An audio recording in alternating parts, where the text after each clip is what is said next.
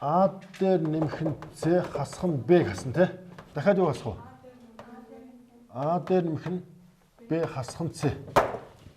За ийм юм гарлаа. За энийг 16 хуваач. 16 хуваач. Тэгэх юм бол яах вэ? S квадрат тэнцүү. 16 хуваахтай ба штэ. 16-аас 2-ын хэдэн зэрэглээ? 2-ын 4 зэрэгт. Тэгэхээр 1 2 3 4 энд ингээ 2 2-оор нь хуваагаад өгч. Хуваах нь 2, хуваах нь 2, хуваах нь 2, хуваах нь 2. Болно үстэй. Үржүр юмч те. За тэгэх юм бол юу болох вэ гэхээр ийм болж байна. А дээр нэмэх нь Б, нэмэх нь С хуваах нь 2. Яах вэ? Б дээр нэмэх нь С хасах нь А хуваах нь 2. Дахиад яах вэ? А дээр нэмэх нь С хасах нь Б хуваах нь 2. А дээр нэмэх нь Б хасах нь С хуваах нь 2. Ийм боллоо. За хоёр талаас нь язгуур авчих юм бол юу болох вэ? Язгуур энэ дөр. За энэ хэсэг маань хагас периметр мөн үү? Энэ мөн үү? Хагас периметр. За П. За энэ маань юу ах вэ? Хасах нь А-тай байгаа шүү дээ. Тэгэхээр нөгөө хагас периметрээс А хассан гэсэн үг тийм энэ маань. За энэ маань юу вэ? Хагас периметрээс хасах нь Б, энэ маань хагас периметрээс хасах нь С юм аа. Ийм болж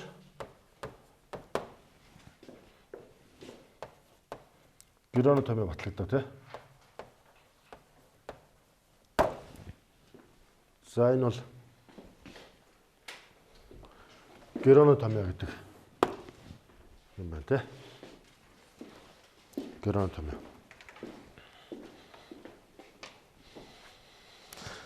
За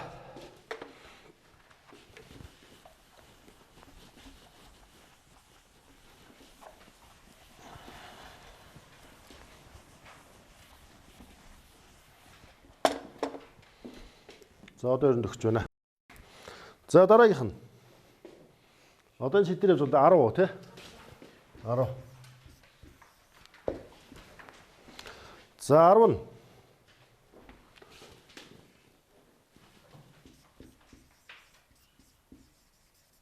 теорем 7. За гурван талбай олоход том ээр жижиг ээртэй бас том юм байдаг тий. За тэгэхээр тэр маань ямар юм байдаг вэ гэхээр гурван талбай S тэнцүү R-ийг үржих нь P.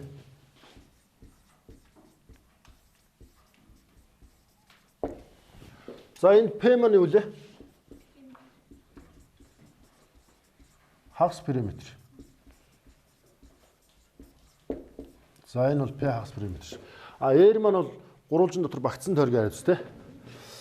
За бүгдээр энэ гурвалжин зуръя. Гурвалжин. За энэгээр арай жоохон тод гарч магадгүй шүү.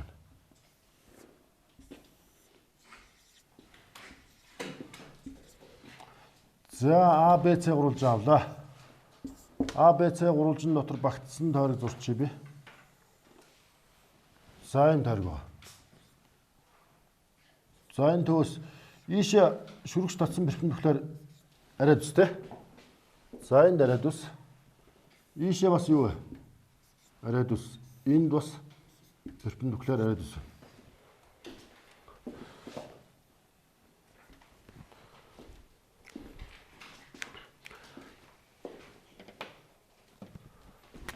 За яг энэ цэгээ би огч хэл та. Огч. За баталгаа хийж эхлэхээс өмнө ингэж чи бүгд. Баталгаа хийж эхлэхээс өмнө. Энэ тойргийн төв байгааз тойргийн төвийг 3 оройтой холбочих. 3 оройтой холбочих. За ингэ холбочих. Ингээд холбох юм бол нэг ийм зүйл болно. За холбочоод би энийгээ бол А гэсэн байгаа шүү. Энийгээ бол А гэж хэлсэн байгаа шүү. За тэгвэл юу болох вэ гэхээр S A B C гурван талбай бол ер нь юутай тэнцүү болж таарва. 3-ыг үржих нь үү? За A B O гурван талбай. S A B O гурван талбай дээр нэмэх нь. Цааш юу авах вэ? S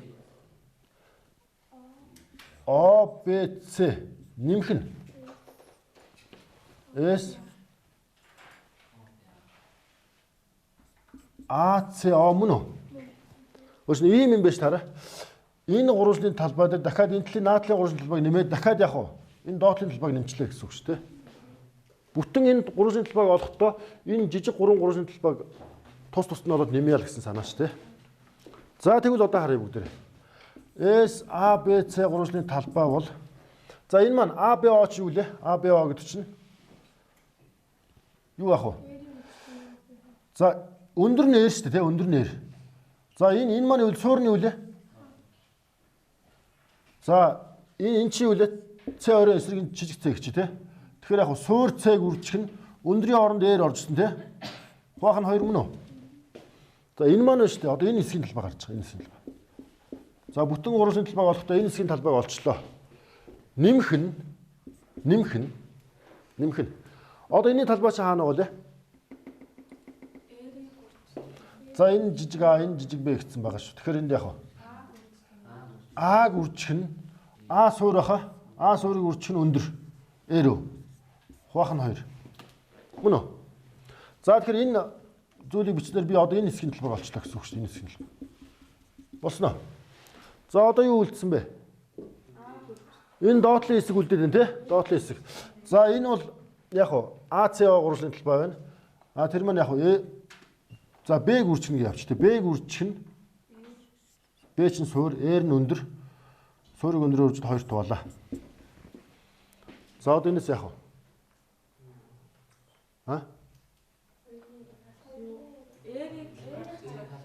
R-ийг гаргах уу? Дахиад өөр гаргах зүйл байж та бас.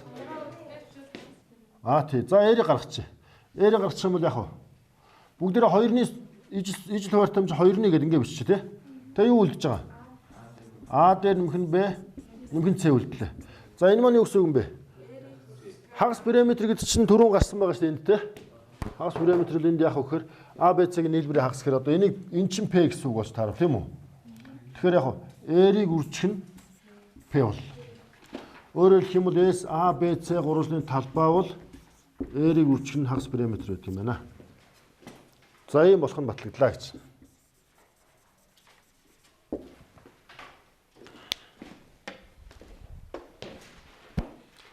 За дараагийнх нь.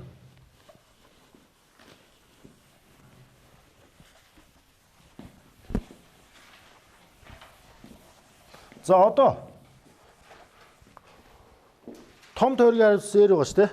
Том R-тэй бас нэг талбай олдог том байгаа тий. За тэр маань ямар том байд вэ гэхээр за 11 руу оръё. 11. Теорем 8. За гурван талбай олохдоо гурван тал А-г үржих нь Б үржих нь С. Гурван талын үржвийг 4R хуваасан ийм том байд тий. За ийм болохыг батлагч. Өөрөөр хэлбэл гурван тал тэгээд нэг ариус том ариус мэдэгдэж явах үед те талбайг олдог том юм. За гурлаа зурнаа.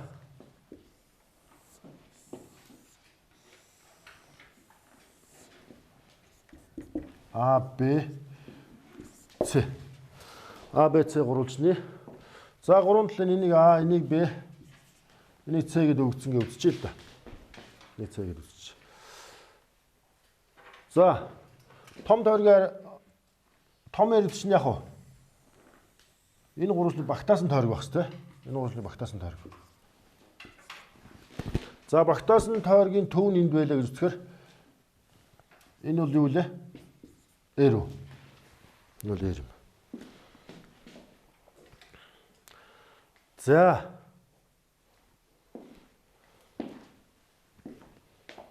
бүгдээр ингэчээ. Баталгаа.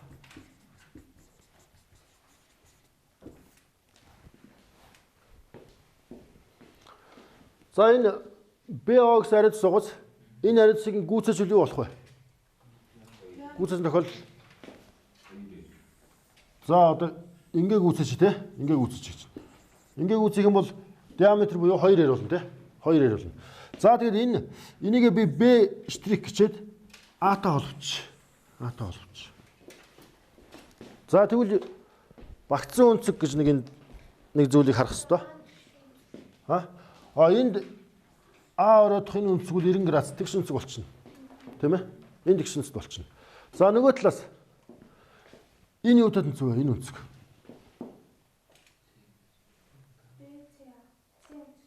С өнцгтэй зүг. С өнцөг чинь юу лээ? Бид нар С өнцөг маань юу лээ? Гамма шүү дээ. За энэ бас гамма гэж гарч ирнэ гэсэн. Тийм баха? За эндээс нэг зүйлийг бичиж болох нэ. За яг хуу талбай бол ийм шүү дээ. Талбай бол энэ гамма өнцгөө орж ирсэн учраас гамма өнцгөө ашиглаад талбай биччихье. Теорем. Өмнөх теоремор. Юу яах вэ? Хоёр тал хоорондох өнцгөө бичье. Тэгэхээр ABC гурван талбай юу яах вэ? AB-г үржих нь А-г үржих нь Б үржих нь синус гамма хуваах нь 2 шүү дээ. Нэг талаас тий. За нөгөө талаас яах вэ гэхээр энэ А Б Б штрих гэсэн гурвалжин байгааз энэ чи ямар гурвалжин бэлээ? Тэгш үндэс гурвалжин. Тэгш үндэс гурвалжны хувьд энэ синус гаммаг олчих л доо харьцаагаар. Тэгэхээр яах вэ? Синус гамма юу тань зүв? Синус гамма бол эсрэг орших катыг гипотенуз хэдвэ? Эсрэг орших кат чинь С. С гипотенуз 2-ээр тоон гэж. Тийм үү? За ингээд одоо синус гаммагийн оронд энийг авчрал тавьчих юм дээр. Тэгэхээр юу болж байна? S тэнцүү энэ А Б С хуваах нь энэ хоёртой чинь А-г үржих нь Б үржих нь С хуваах нь 4-ээр болох уу те? За ийм болж энэ томьёо маань батлагдлаа гэж байна.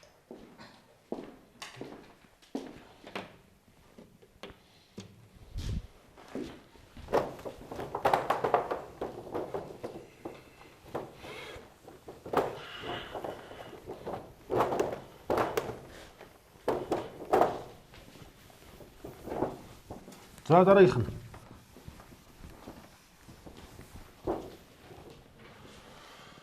За 12 үү те. Теорем. За теорем хэсэг. За ямар теорем байна вэ гэхээр. За энэ маань шүү дээ. Гурван тал том ээр өгөгдсөн үед олдог томьёо те.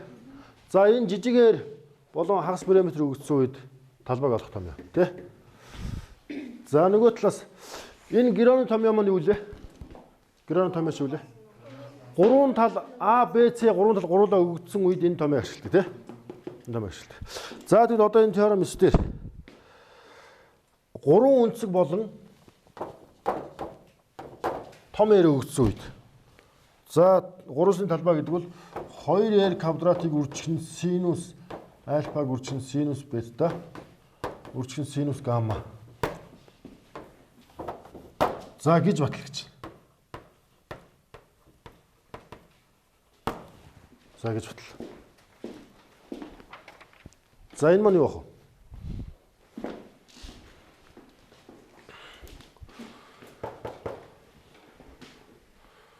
За 2R-ыг үржих нь ийм байна гэж батлагч. За тэгвэл энэ дээр яг баталгааг ингээл хийчихэл да. Синусийн теоремыг биччихье. Синусийн теорем бичихэр болох вэ? А хуваах нь синус альфа ч хэдвэ? 2R. За Б хуваах нь синус бета ч 2R. Тийм үү? Дахиад юу авах вэ? С хуваах нь синус гамма ч 2R үстэй тий? 2R. За эндээс би А, Б, С 3-ыг харгалзаа олчих. А хэдвэ?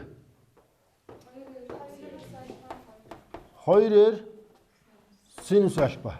Б чи юу тань зүг вэ? 2R синус бета.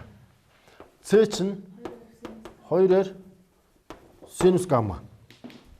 За тэгээд өмнө баталсан нэг теорем байгаа. Өмнө баталсан теорем чи юм шүү дээ. S тэнцүү юу лээ? А, Б, С хуваах нь 4R баха. За энэ үнэн томьёон дээр А, Б, С 3-ын оронд энэ хардлын эсвүүдийг тавьж байгаа. Тийм биз дээ. За тэгэх юм бол юу болох вэ? S тэнцүү А-гийн оронд юу тавьсан бэ? 2R-ыг үржих нь синус альфа үржих нь Б-ийн оронд 2 эрэг үрчин синус бета. Үрчин 2 эрэг С-ийн оронд 2 эрэг үрчин синус гамма мөн үү? Хуваах нь 4 2 ба шүү дээ. 4 2. За эндээс энэ хоёрын 4 болоод энэтэй хураагдана. А энд нэг r маань энэтэй хураагдана. Коэффициент юу үлдэх вэ? 2r квадрат үлдэн тий. 2r квадратыг үржих нь синус альфа, синус бета, синус гамма үлдэж байгаа юм. Синус альфа үржих нь синус бета үржих нь синус гамма боллоо. За энэ бол S-тэй тэнцүү болсноор энэ хэсэг маань батлагдлаа гэж.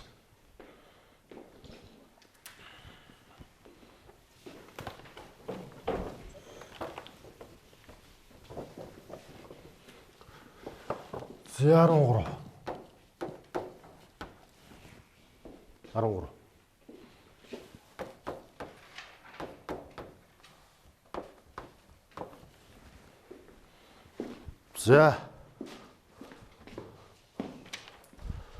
За зөвхөн нэг тал.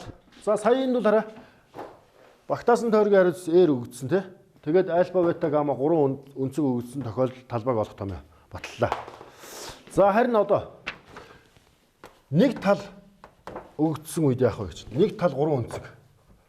А квадратыг үржих нь синус бета үржих нь синус гаммаг хуваах нь 2 синус альфа гэж.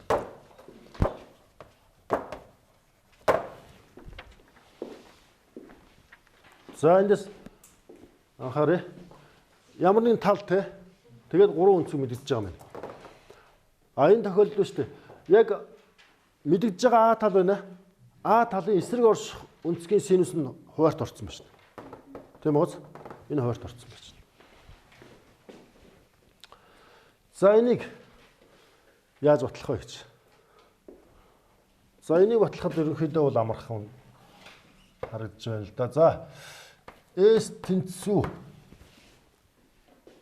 хаанаас эхлэх вэ? Саяны батлсан томьёо шүү дээ. Саяны батлсан томьёогоо авчи. Энэ үнэн биз дээ. 2r квадратыг үржих нь синус альфаг үржих нь синус бетаг үржих нь синус гамма мөн үү? Энэ. За нөгөө талаас одоо энэ синус өмнөх теоремд бас бичижсэн тий. Синусын теоремоос А-г хуваах нь синус альфа тэнцүү 2r үстэй. Тий. За үүнийг квадрат хэвшүүлчих. Үүнийг квадрат хэвшүүлэх юм байна. А квадратыг хуваах нь синус квадрат альфа чинь 4r квадрат. 4r квадрат. За одоо яг энэтэй их төстэй юм гарч ирдэг биз? Тийм байна уу? Одоо би яах вэ? 2 туваач, энэ хоёр тал нь 2 туваач. Хуваах нь 2 туваач. Тэгэхээр яах вэ? 2r квадрат юу тэнцүү болох вэ? А квадратыг хуваах нь 2-ыг үржих нь синус квадрат альфа болно тий. За энийг өмнөх энэ томьёо дээр тавьчих. Тэгэхээр болох вэ? S тэнцүү 2r квадратын оронд шууд энийг бичлээ шүү би. Тэр чигээр нь. А квадратыг хуваах нь 2-ыг үржих нь синус квадрат альфа үржих нь. За одоо 3 синусыг үржиж бичгтэн тий. Юу болох вэ?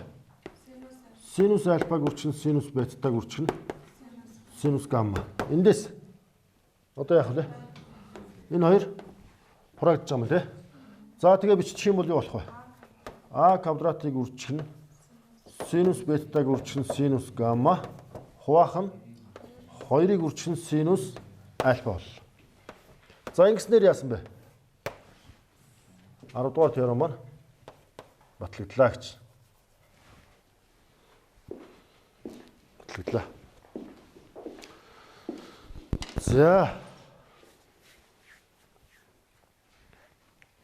За үндсэндээ гурвалжны талбай олох нэлээд олон теорем томьёонуудыг тий бүгдийг нь баталгаатай нь хамт хийлээ. За ингээ эхнээсээ саяны энэ хичээл дээр гарсан томьёонуудыг нэг багцлж дүгэлт байдлаар яриад ингээд хичээлээ өндөрлөө тий. За хамгийн эхлээд юу болчих вэ? За бид нар хамгийн ихдээ тухайн тохиолдолд синус биш ээ тэгш шинж туруусын талбай олсон тий.